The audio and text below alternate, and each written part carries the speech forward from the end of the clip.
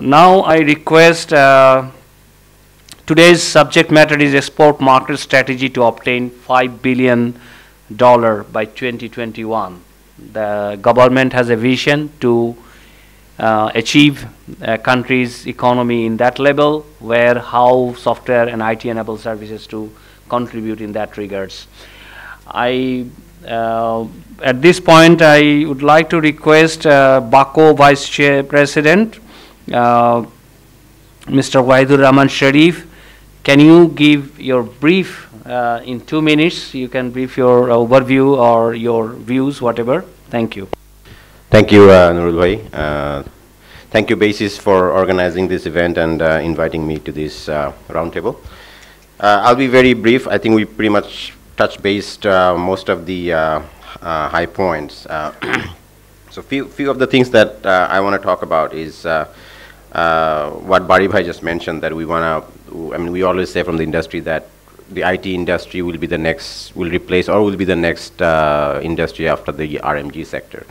So if we just directly compare with RMG sector, what are we getting for this industry as of the investment? We set our target $5 billion export, but to, just like any business, to get $5 billion, we need to invest in the company or in the industry.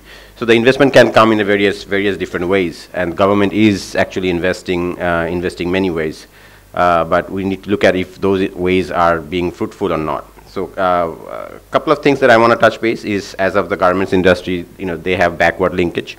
For our industry, what is our backward linkages? So one is resources. We have ample resource, but not skilled. What are we doing about the skillment? Upskilling the resources. We are doing a lot of trainings through LICT. Government is doing a lot of incentives, high-tech parks, but these are all short-term. So if we want to get $5 billion target, it has to be a sustainable industry, a sustainable model. So we need to focus on or look at more like a primary and secondary level. What are we doing on primary level or secondary education? What are we doing for our teachers? I mean, I haven't seen any programs coming out that focusing on teachers. What are we doing? I mean, as I'm sure you mentioned that that people who are teaching right now or training, even the trainers, the skill set that they do need, do they have the right skill set? So I think those are some of the things that we should talk about. We should bring it to the limelight, that the primary education system, secondary education system, the teachers, the trainers, what are we doing about them? Second is what Martin and Ilahi both mentioned, is we need to have a coordinated business development strategy.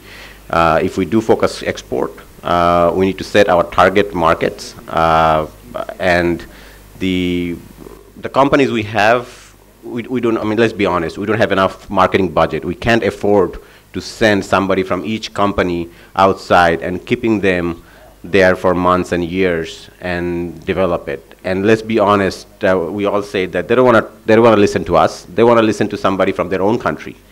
If you want to go market in US, they want to listen to somebody who is from US. So that's where I think the government can help. We can have some investment in that area to have a proper, specific, market-wise market development strategy. The other sector is the policy. The companies has to sustain. If we want to go international, we need to be successful in domestic market.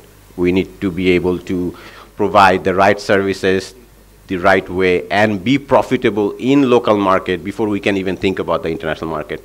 So for us to be profitable in local market, the local policies is very, very important. ICT division is great. They're working with us, with the industry.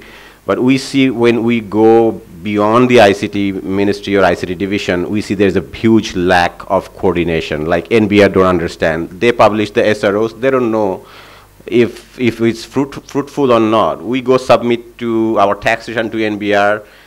They are clueless. They are clueless on what is IT, what is SROs. I mean that's something that needs to be looked at. Labor ministry.